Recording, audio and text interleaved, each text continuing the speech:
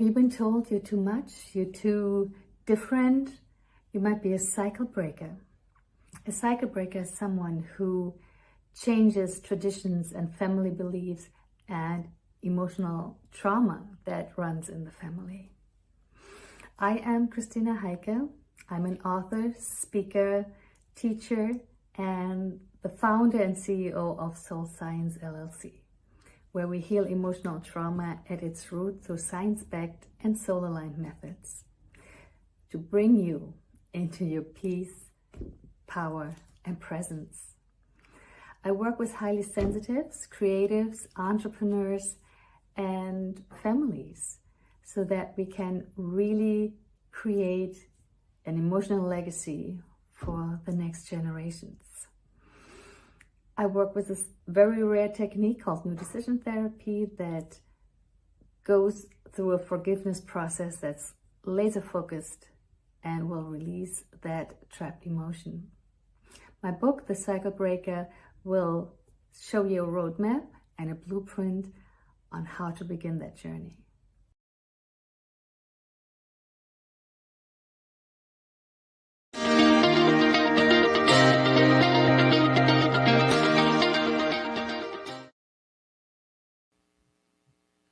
Well, welcome everyone to another Mindful Monday. And I want to thank you all for joining us today and making us a part of your mindfulness and self-care journey. Today, we have with us the brilliant mind behind Soul Science LLC, and her journey is just short of extraordinary. So, born in the Cold War of Berlin as a, apologize. Hang on, I have technical difficulties right now. At least it's not just me. No, it is not. It is not just you. I apologize. Okay, here. It is Monday, right? So, okay. Anyway, so yeah, her journey was nothing short of extraordinary. Born in the Cold War, Berlin, as a highly sensitive child, she grew up in a world that often is overlooked with its emotional nuances. So, but rather than letting that define her, she has asked the hard questions about suffering, justice, and the human experience. And today she's the powerhouse of transformation. And I am so glad that we have her with us here because she has combined the decision therapy. New decision therapy. New decision therapy with holistic practices. And she really helps to create the she helps creative and neurodivergent individuals break free from trapped emotions. So please help me welcome Christina Heike. Thank you so much. Thank you so much for having me. It's a pleasure to be here. Thank you, Christina. It's just been one of those days. Listen, this whole thing is a human experience. This included. Like, who are we kidding? Like, I'm so glad we're doing this without too much like fluff and pretense. So no, it is real. It is authentic, and we all right. We all have those days, and it's been a day, but absolutely. You've been on such an amazing journey. Can you share with us a little bit about your journey and how you got to where you are today?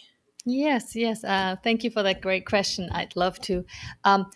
The interesting thing, and I want to put a hook right in there, is you say it was an amazing journey. Of course, to me, it didn't feel like that necessarily. And I want to point that out because many of our listeners might think, my childhood was kind of okay, like I didn't had like a huge trauma or like, yeah, I didn't feel really loved. And I always heard I'm too sensitive. I'm not good enough. I feel kind of like I'd rather hide than show up. I'm, not quite comfortable in my skin. And those are all signs of like what is called the little trauma. I don't like to use that word, but it basically creates like chronic PTSD instead of that one or a few really harsh events that are tremendously like everyone knows you had trauma. Mm-hmm. It's like steady drop.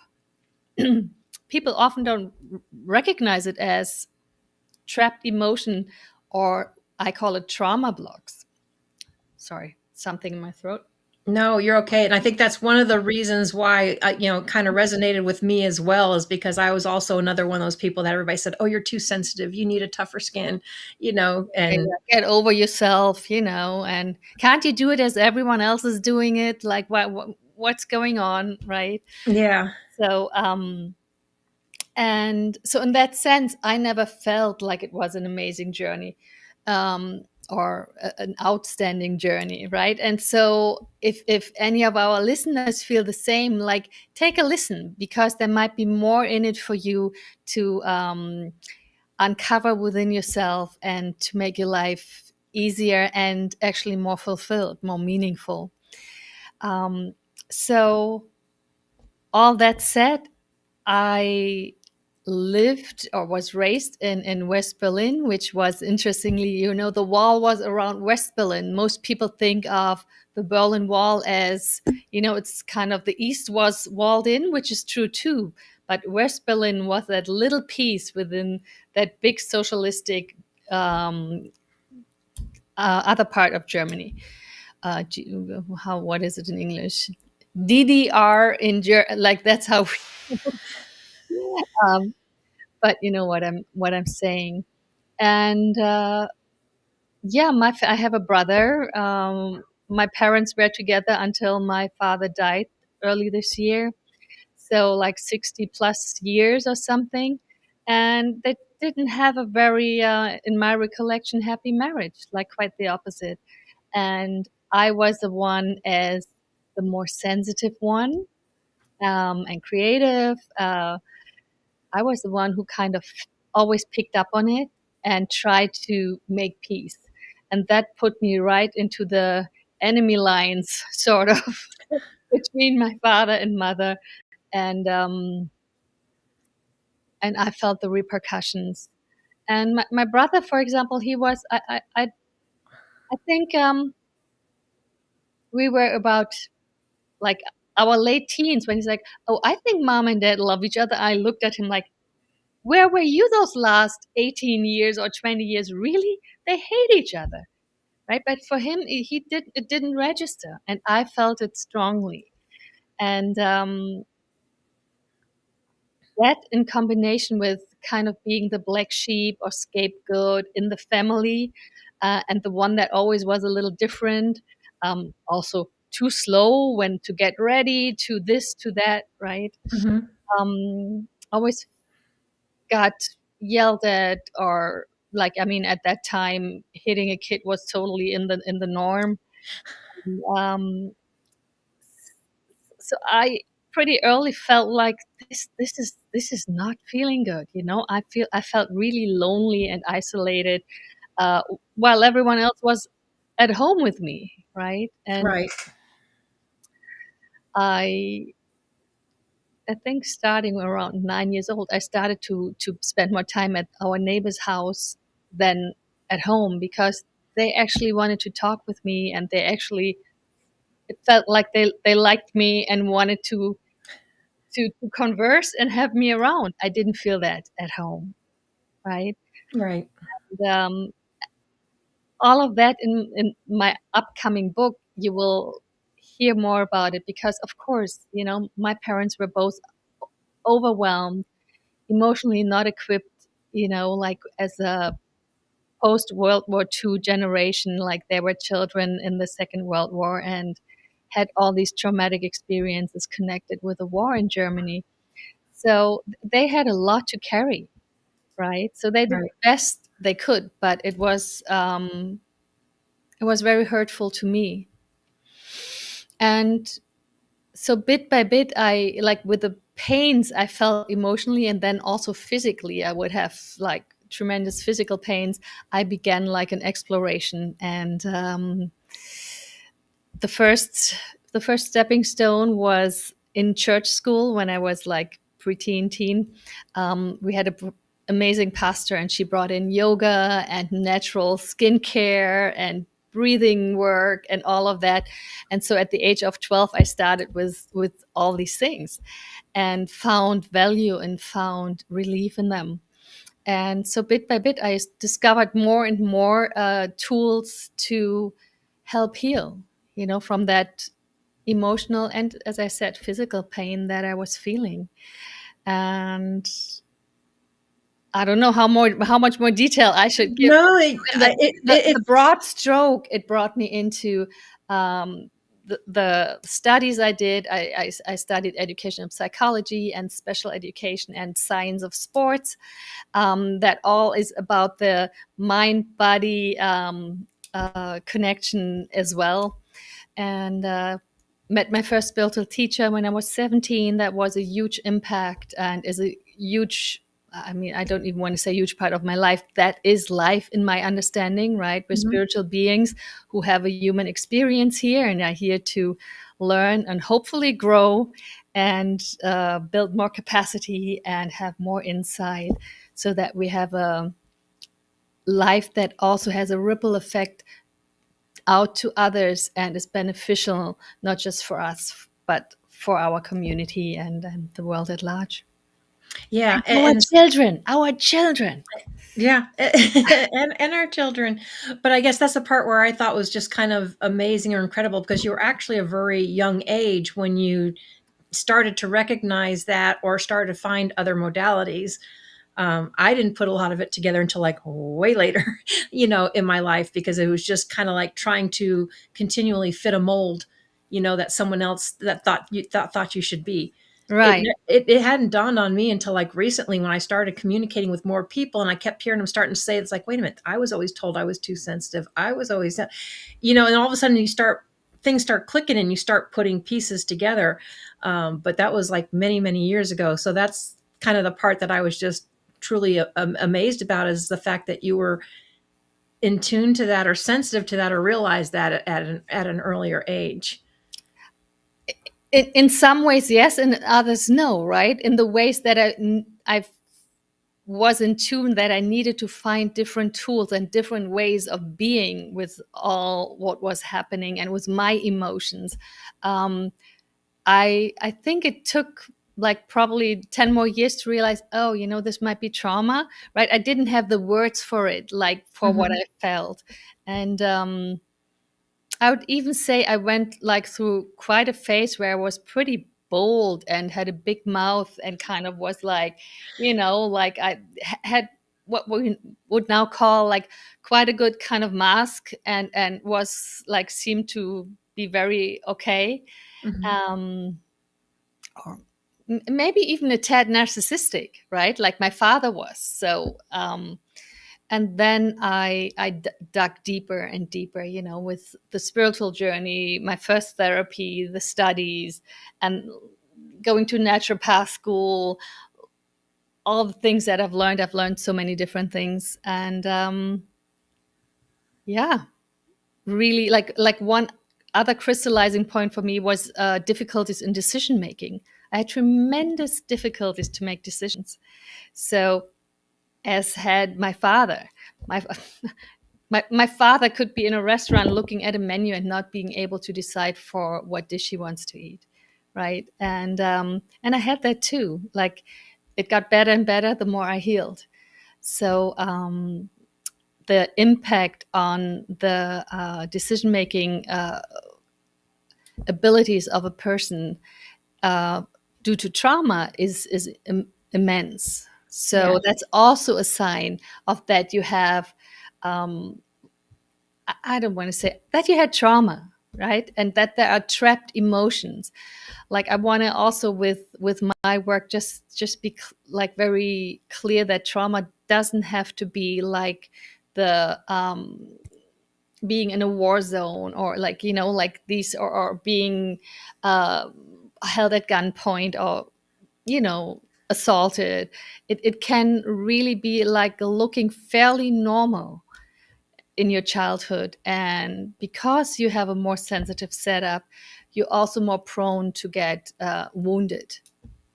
Yeah. So when you were talking about the decision making, did you find you were going through a phase where you needed somebody else's approval, or you always had to run it by somebody first, or did you find yourself second guessing yourself, or just? Well, those two are true too. Mhm. But what I'm referring to is that I couldn't even really feel what I wanted truly. Right? That like in the book, there's a story that I tell about my early 20s. I had a boyfriend, he lived an hour away by car, and I wanted to drive to see him. And then in the car, I was not so sure anymore. And I used this as an experiment for me to really be like, do I want to go or not? And to feel again and again. And this half-hour drive took me an hour and a half, because I would start and stop and start and stop, depending on what I felt, because I couldn't Right. figure it out. Right. So I needed to kind of act it out. And when I finally arrived at his house, I was like, I think I'm good. And I turned around and went back home. Um, but that extreme, right? Yeah. That sounds very debilitating. Do I want to go out? Do I not want to go out? Like in like, if you like smaller examples, what do you want to eat? Like, do you want to meet this person? Do you not? Like, there's so many things we constantly have to make decisions all day long. And do I go on a trip? Do I not go? Do I like, right? We're often so back and forth with things, and kind of override what we really feel because we are conforming, right? That's what you mentioned. Yeah. And to dig a little deeper and get more connected. Like, the core of my work is really about connection. That's the goal, to really fully connect your feelings and thoughts, your heart and brain, and spirit, so that you're in tune and aligned and work as a team, as a unit, right? Yeah, definitely, where you can at least function better, because what you're describing sounds very debilitating, and Yeah, hard to get through things. yeah. It wasn't fun. No, No, no, for sure. no. Was there a pivotal moment in there that just really sparked your interest in emotional healing? Um, not really. There No? were so many like constant moments of, that's what I need to focus on. It's as if God was shouting, like, here, look at this. And there were so many moments. Yeah, I could tell you 10 off the top of my head, right? And Right. I think I was born into that family with the role of the peacemaker, but that kind of constantly got into the into the middle and into that friction, and that kind of set me up to wanting to help people find more peace inside, and also more peace Yeah. So and it sounds harmony like around the your journey through all the different modalities and stuff was helping you heal along the way as Oh, well. absolutely, absolutely. The Yeah. goal was, and that was happened like in my, I think, early 20s, first therapy. I was realizing I was repeating behaviors, and I'm like, what on earth? I know that better, and still things like I would repeat behaviors. So just knowing it didn't do enough, right? So Right. reading all the books and all the whatever self-help books, great information, but if it doesn't translate into like you embodying it, you being able to act accordingly, it's like neither here nor there. So that I discovered early in my early 20s, and I was like, put me on a mission to look for something that gets to the root of those things, that is really able to palpably shift something inside of me. And that was a journey. That's what I was looking for. And everything did a little bit, but not the real deal. And I found that in new decision therapy in the late 90s, when I met Dr. Candice Blakely, who had created that modality. Hmm. And that made the difference that I was looking for. That really freed me up. And uh, there was so much of burden that I didn't even exactly know how much it was, right? That kind of left me and freed me up to really create a meaningful life for myself. Yeah. Can you tell us a little bit more what new decision therapy is? Because that's, at least for me, that's a fairly new term. But you were saying it's been around since the 90s, but that's not one I've ever heard of. So For some reason or another, it has not become really famous. And so let's make it famous so that people can access it, because I think it brings true healing. It truly releases those caught up emotions.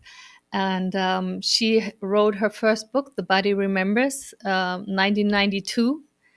I think she was way ahead of her time. So, like Mhm. the Bessel van der Kolk that came out, like I think what 2012 or something, like The Body Keeps Score. That is a like one of the Bibles about trauma. Uh, talks about the connection of mind and body and emotions and all of that. She already had that in 1992, right? Wow. Like Mhm. talking about how trauma sits on in the body on a cellular level, and that's also where we need to release it, and so on. Um, New decision therapy is a laser focused forgiveness process, 5-step forgiveness process. It works with muscle testing. So we're really asking the body where the trauma sits. We're asking it with muscle. I don't know if you're familiar with muscle testing I for know the, that yeah, when yeah. you ask and So there's different, I've seen people do different things, but you please can use explain. different muscles. Like usually, like you put your arm out and someone tries to push it down, and that way, if it's weak or strong, it gives you a certain answer to the question.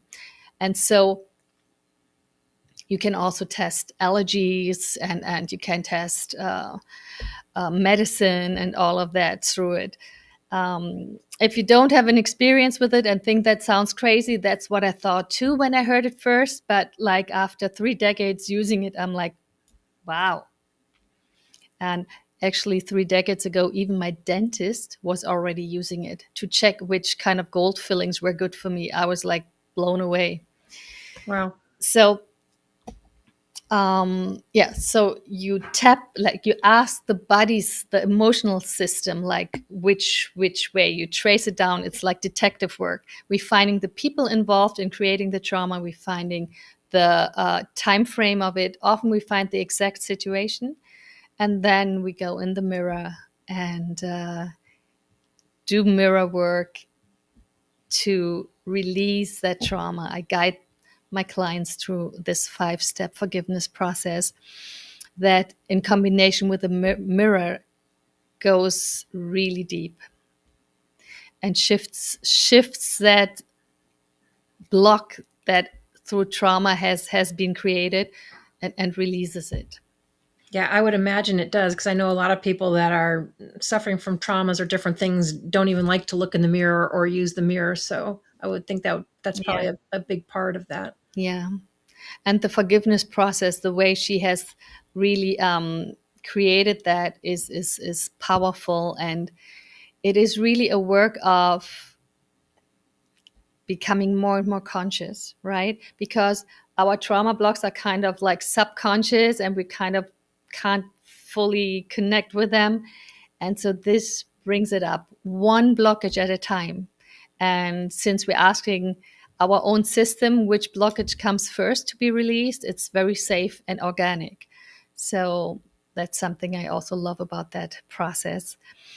It sounds maybe complicated. It's pretty straightforward. It is a technique that has a real system in it.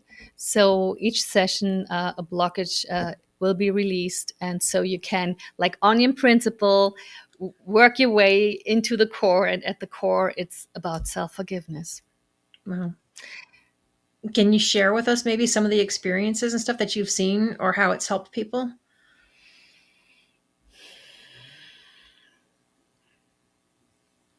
So one that's almost like, yeah, funny to me because obviously, since I'm asking the person's body, I'm not the one dictating which blockage is coming up, or like, I'm not determining it. So Mm-hmm. I had one person that had a writer's block since she wrote her dissertation over half a year. She couldn't write a word.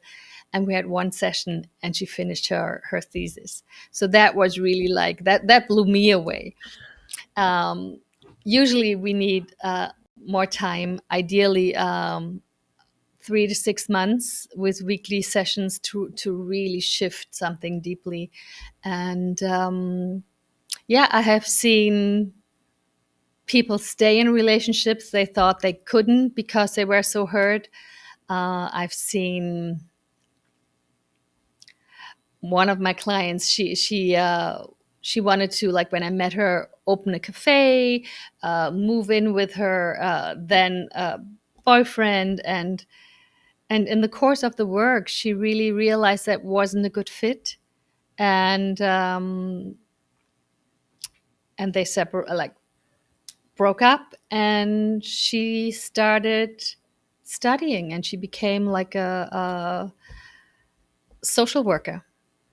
A whole big Mm-hmm. shift from a cafe, and which also is a beautiful dream, but she wanted to do something more meaningful than that. Yeah, so she got more connected, and this client, actually, she also sent two of her daughters to me afterwards to work with me. Yeah, they had lost their father relatively early, and so there was a lot of trauma through grief. Yeah. So a lot of trauma is tied into grief for me. uh, Even not getting the love that you wanted from your parents is deeply connected to like a grieving process. Yeah. Yeah. That which makes complete sense. How Mhm. would you say your background as a highly sensitive individual shape your approach to healing others?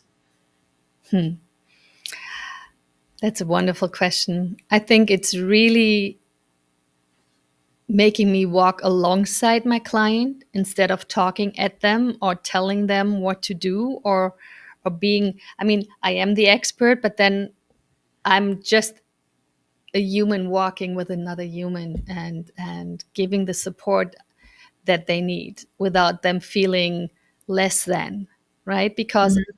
I've experienced it, and many of my clients have shared it, that they go to therapy and they feel like they're kind of looked down upon somewhat. And yeah, and I think that's something that has for sure shaped the way I approach the work I do. Yeah, I think unfortunately that stops a lot of people from getting help is because they're worried about being judged and what, other people think and what does that say about them if they have to go to that. But really, I would argue to say that makes you stronger, makes you a bigger person because you know something, you need help or support, and you know that something needs to be, I wouldn't say necessarily fixed, but released, so that you can live a healthier life. I think you're pointing something out there, right? If you feel something is not quite right, and that doesn't mean mental illness. It's just kind of like, it's like you don't feel quite right internally, right? It's you might overeat, you might have a screen addiction, like because you just want to distract yourself instead of being with yourself, right? So those are signs that there are emotions Mhm. that needs tending to. I think maybe that's an easier way of even phrasing it, and not talking about trauma. There are emotions that need tending to. And so there's another modality that I kind of created over the years. I call it inner family communication. And that's really getting in touch and talking with these disenfranchised part of ourselves, like with that girl that was always told, you're too much, you're too sensitive, shut up. Yeah. Yeah. And to kind of um, put a hand out to her and say, come, like, let's go.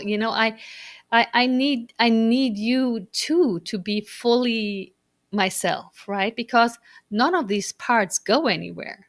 It's not that we could ignore an emotion and be rid of it. It's not how it works. And any emotion we numb the more we numb, we also numb the happy emotions. There's no way of just numbing being sad or just numbing being angry, right? Like Right. if you numb yourself, you're also not as happy, and your life doesn't have as many colors and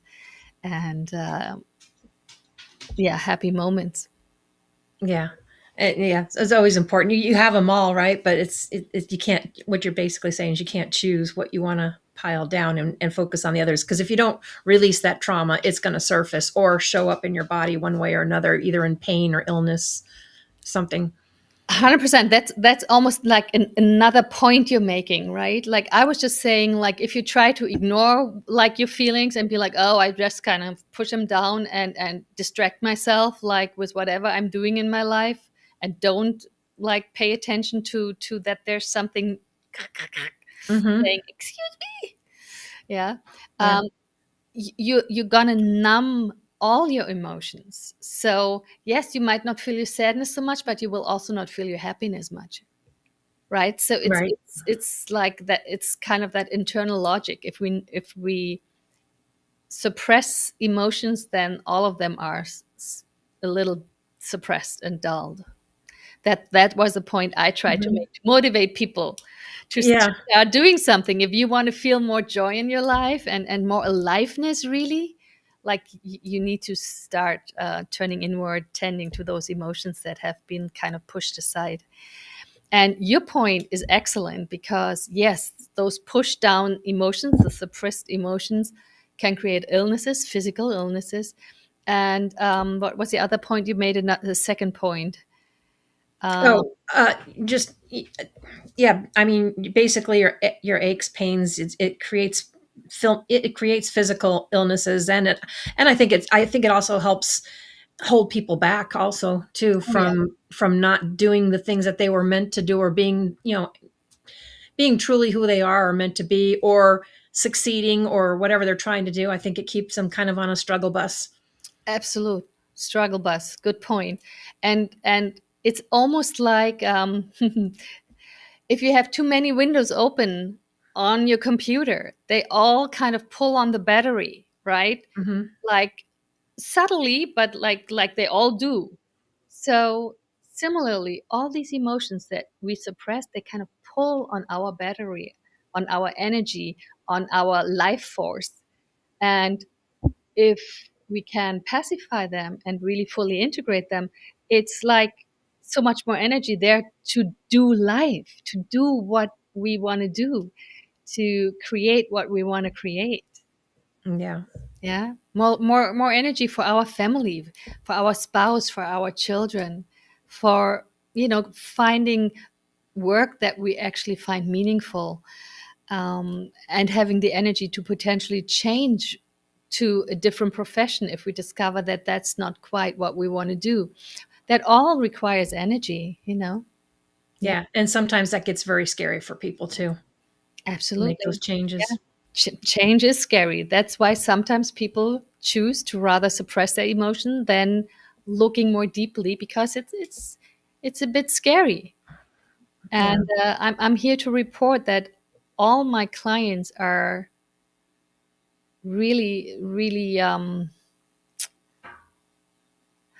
grateful to themselves that they did that, because it brought them closer to themselves, like becoming your own best friend, having your own bag, instead of looking for that too much on the outside. So Yeah. many of the sensitive people also get into relationships with narcissists because they're codependent. They're so much putting their attention on the other person that they're willing to kind of uh, forget their own needs, right? And that makes a codependent relationship also not really healthy in the long run. No, it's not. And I suppose it's pretty challenging. You work a lot with creatives and neurodivergent individuals as well. What would you say are the challenges, some of them, that they face when it comes to emotional healing?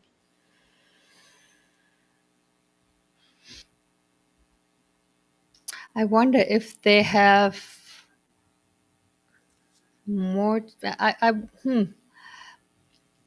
I'd say their incentive is higher, because, like, as a highly sensitive, for example, the way I envision is like, let's say you're neurotypical, not highly sensitive, you have that bandwidth of emotions, right? Mhm. And if you're highly sensitive, you have, it's out of the screen, I think, you have a much wider bandwidth, which means you have to balance much more, right? If your emotions can swing wider, you can feel deeper, you have Mhm. to balance more. So that's the challenge of the highly sensitive. And if you heal your trapped emotions and childhood stories, that becomes your superpower, because that broader bandwidth lets you create, like be much more creative. Like those people are often the artists, the people who do make new inventions, who bring new viewpoints into different sciences and so on. So it's not just like an aloof concept. It's, Right. these are the people who are the change makers in many ways. And but for that, you also need to become a cycle breaker, as I call that. You know, you need to be someone who rolls up your sleeves and says, okay, I wanna make a difference. I wanna feel at peace within me and really make that deep feeling capability a superpower. Which brings us to your book that you have coming out called The Cycle Breaker, right? It's called The Cycle Breaker's Gift. Gift, The Cycle Breaker's Gift. Yes. Yes, right. Yes. So what inspired you to write that, and what can people expect from the book? Basically all of what we spoke about, right? It was inspired by my own journey and by watching people struggle so deeply with their emotions and having so little tools to self-regulate and like emotionally regulate and to heal. Like having my parents in front of me, right? They had no tools. Obviously, it was a different generation, Mhm. so we're much more blessed with like a broader variety of therapy approaches and so on. But it's a whole different ball game if we consciously go on this journey. So this is a book that framed by the story with my father, who was my kind of childhood torturer, um, and then how like how it developed, how it changed and shifted up to the day when he died, and we really made complete peace.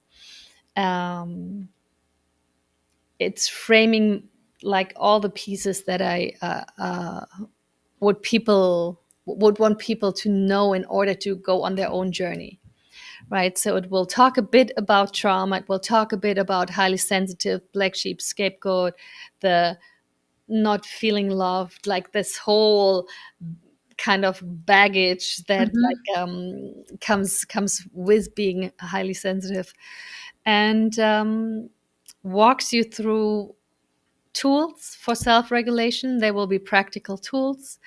There are, I'm talking about new decision therapy. I'm talking about inner family communication. I'm talking about the spiritual aspect of life. And every chapter will have some reflection exercises so that you can begin. Like, I wanted it really to be a marriage of story, science, and inner work for the reader, them like to be able to get the ball rolling. Yeah.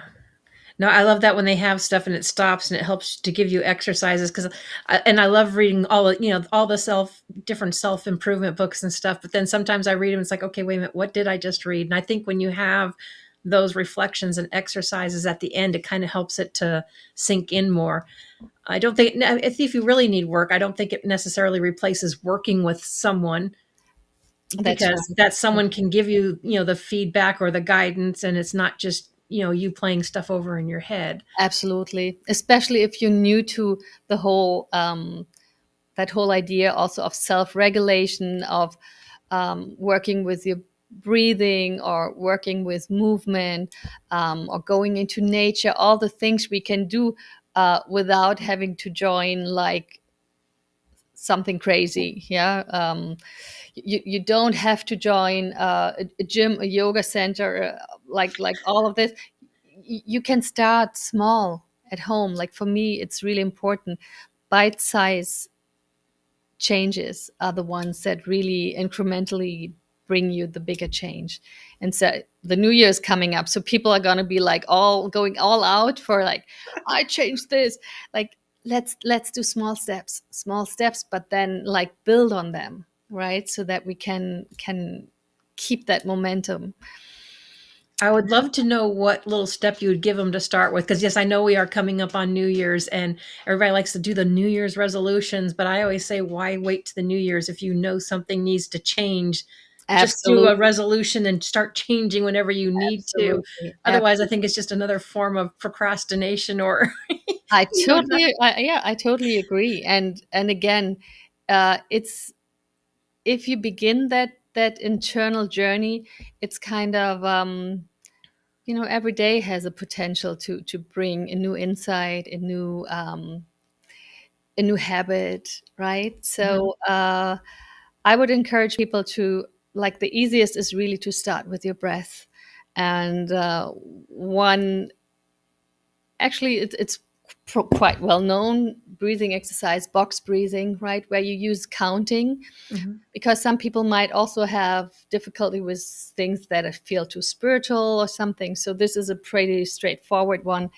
You inhale, counting to 4, you hold, counting to 4, you exhale, I say count to 6, make it longer, and then pause for 4, and then inhale for 4.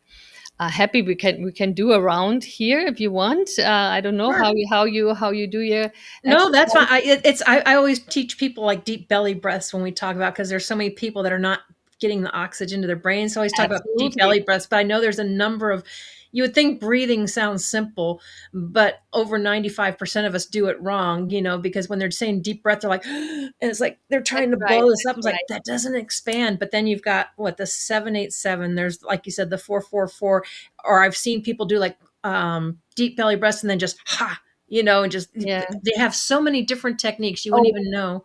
I mean, as a 4-decade-long yoga teacher, I mean, there's so many breathing exercises.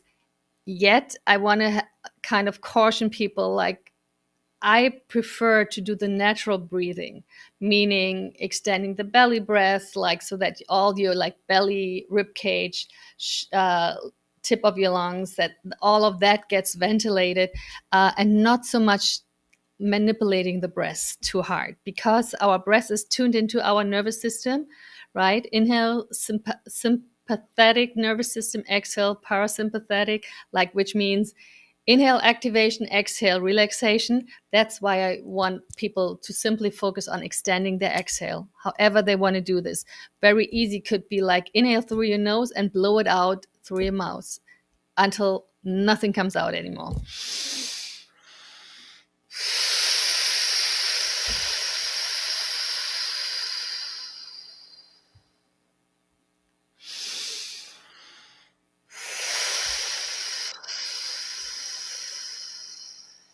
One more.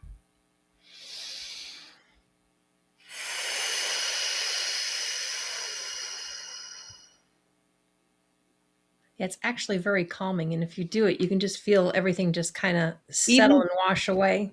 even 3 rounds of in and exhalations like this give you a shift, right? Hmm. And so I like to keep it simple. Of course, it's nice if you're so inclined, like, have a comfy spot where you sit, light a candle, like put your hand on your heart or on your belly if your belly breathing is not working properly, um, and take more time to do it. Right. I also love the heart brain coherence exercise, which is really acknowledging that our heart is so much more than just a pump, right? That it has its own, like they also call it the second brain. If you listen to Professor Dr. Greg Braden. So it's quite something, and everything is geared towards just being more okay with yourself, right? And starting to love yourself a bit more each Yeah. day, and to like yourself a bit more each day with all that's in there, you know. Yeah, it really does make a huge difference. Christina, when you work with people, you can work with them online, or do you work with them in person, or a combination of both? I have developed to work online, especially with what happened in the last 5 years. So I work worldwide online. I've had clients in New Zealand or in Hawaii, like so. So it's and I have also, of course, worked with clients in person. I just yeah, some clients travel to me, and then we have like a 2-day intensive, for example, and work. So Yeah. are they all individual, or do you do groups as well? Uh, at this point, mostly individual, but there is another upcoming thing that I'm working on, since actually it should have been done 2 years ago, a forgiveness course that is a group process. Well, so now is your book out or is it coming out? It's coming out real soon. Do you have a date yet? No fixed date. Beginning of next year. Beginning of next year? Yeah. Yeah, So that will definitely be couple of one to watch for. next couple of months. And I think it's really, I try to make it very practical, because I think we all are like, we know so much, right? We have like, usually we know so much. We also know what we should do maybe, but then like, what about the practice? And life is about practicing, right? Mm-hmm. And that's what I want people to have in that book, like the understanding and the beginning to work with themselves. And some people might have already worked a lot and still not gotten that into that deep level that they wish for. Right, that was me. I had done so many things, but nothing really did it. So when I met Dr. Candice Blakely in the late 90s, she did a presentation where she actually had someone in the mirror and walked them through the process, and I'm like, yeah, sounds good, but like everyone says they're healing trauma, I believe it when I feel it. Right. And then I had my first session and I believed it. But I was also really kind of a bit flippant, so I'm glad that she still took me on. Were you a slight non-believer, or too much in your head, or? I was very critical because I had done so many things, and I also invite people actually to be very discerning, because now there's even more out than at that time. Like everyone, like they take a 100-hour course and say they're trauma informed. They do like, they learn one thing and think they know everything. Like humility, I think, is really a huge plus for practitioners and therapists and everyone working with other people. But then again, we're here to live and learn, and so everyone is on their journey. And so our listener, you need to find someone that you resonate with, that feels right for you, and you feel safe and well supported, I would say, and trust what you feel. Yeah, absolutely. That's such a huge part. Now, you also have a YouTube channel, which we will share with everybody. What Yeah. can people expect to find on your YouTube channel? They can expect to find some short videos on for inspiration at this point, and then my forgiveness course will sooner or later be there as well. My YouTube channel is, I would say, humbly still in its baby shoes. So I'm developing it more and more. And being that I'm also coming from that background of not feeling good enough, not really wanting to show up that much, like that is also an exercise to show up more. So just we're Absolutely. all on a journey. I'm still on my journey too. So like let's be real with each other. Yeah. We definitely are, and I am so glad that you chose to come on and share your journey and the work that you do, because I think it's important. Everyone needs that support, and the more of us I think that can show up and share that, then the more we can come together and support each other in our journeys. Yes, absolutely. My vision is really to train practitioners, because there are not many practitioners left. Dr. Kenneth Blakely died 2013. And I'm the only practitioner on the East Coast. So it's really, I want to train people. I want it to be accessible for everyone. I would love for it to be clinically trialed also. Let's see if that can be brought into life. And would love to really create nonprofits around that, so that like children that were abused, that women that were abused, that men that don't feel quite right and not good enough, that we all can find that help, because I'm I'm a believer now. After I was like, I know what kind of difference it makes. It's amazing. Yeah, I think you and I are very similar that way. When it's something that you've lived or you've experienced, and that's something you can more get behind and share, rather than just saying, "Oh, hey, go try this." It's like, yeah, no, it doesn't work that way. Yeah, and see it in my clients, right? Like relationships improving, it's almost like a crystallizing point, right? I don't make predictions. If someone comes to me with and they have terrible relationship problem, I don't say, oh, we're gonna fix it, or you're gonna divorce. Like, we're gonna do the inner work, like Mhm. this. And the more you know yourself and really can embrace yourself, things will fall into place. It will become very clear if this partner you can work it out with that person, or if that's actually a moment to part ways, right? But you will be able to do that from a place of maturity and settledness, and not crazy drama. Yeah, crazy drama is, I think, does a lot of us in. We got about 2 minutes left, Christina. What do you want to leave everybody with? I want people to encourage, to be encouraged to not ignore what they're feeling, but use it almost like God's breadcrumbs, right? You remember the story Hansel and Gretel? Like, you need to find your way. So use it as God breadcrumbs to show you the way. Don't indulge in it, right? There will also like an anti-fragility card deck come out together with the book, right? Because we're here to build capacity, not focus on our emotions and become so self-absorbed that we can't do anything else, right? It's build your capacity, make your life easier with building your capacity, make it more fulfilling and enjoyable, because truth is, we're here for a relatively short time. Let's make it count. Yeah, absolutely. And Well, please reach out. I'll with the code word Mindful Mondays, I give you a 20-minute free consultation, and then you can just explore a bit and ask me more questions. so they can do that on through your website, right? When they connect with you.